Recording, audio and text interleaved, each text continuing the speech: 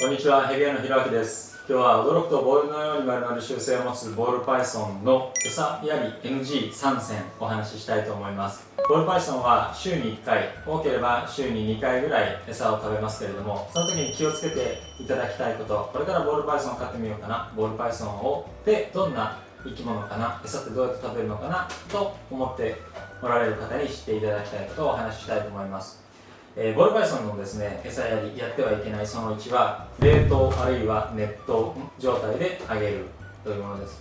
基本的にはこういう冷凍されたマウスをあげることが多いと思うんですけれども、これをこのままあげてはいけません。お腹を壊して死んでしまいますね。カチカチはバナナ違う、釘も打てそうですけど、これを冷凍庫からパッと出して、そのままあげてはいけない。で、じゃあ冷凍してたらダメなんだね、凍ってたらダメなんだね、じゃあ解凍すればいいんでしょ、熱湯ドーンっていうのもダメなんです。なんでかっていうと、タンパク質というのは60度を超えると変質していくんですが、ボールパイソンというのはその変質して火が通ったタンパク質を吸収することができないんですね。なので解凍するときは、うちでは45度のお湯で解凍していますけれども、タンパク質が変質しない、ボールパイソンが吸収できる温度で解凍したものをあげる必要があります。なのでボールパイソンにしてはいけない NG 餌やりその1は、適切な温度ではない冷凍あるいは熱湯のマウス。こんな餌やりはダメだその2は、沖えしすぎ。沖えっていうのは、沖餌ですね。人が見てると緊張しちゃって食べれないという子もたまにいるわけですね。そういう時にどうするかっていうと、こうそっと置いて暗くして静かにして、自分で安心した状態になったら食べてもらうっていうのをするテクニックがあります。沖餌と言ったりするんですけど、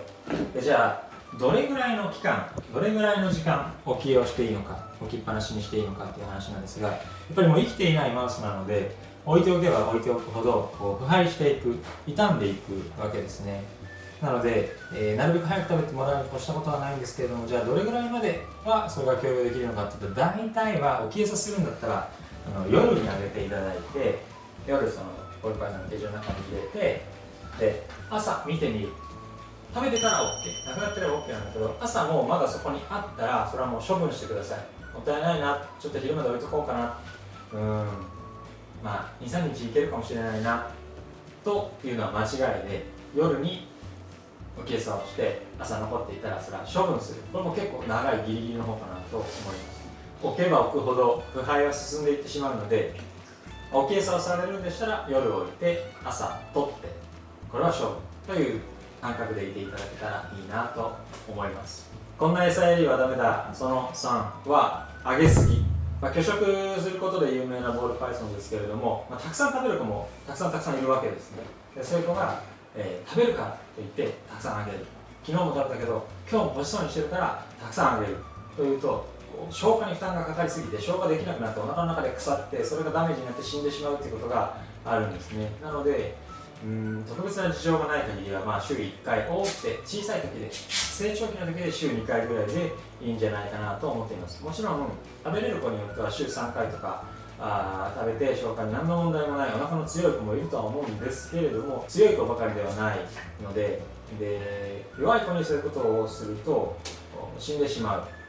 小さいうちにそういうことをして消化器がちゃんとしてない状態でそういうことをすると死んでしまうということがあるので、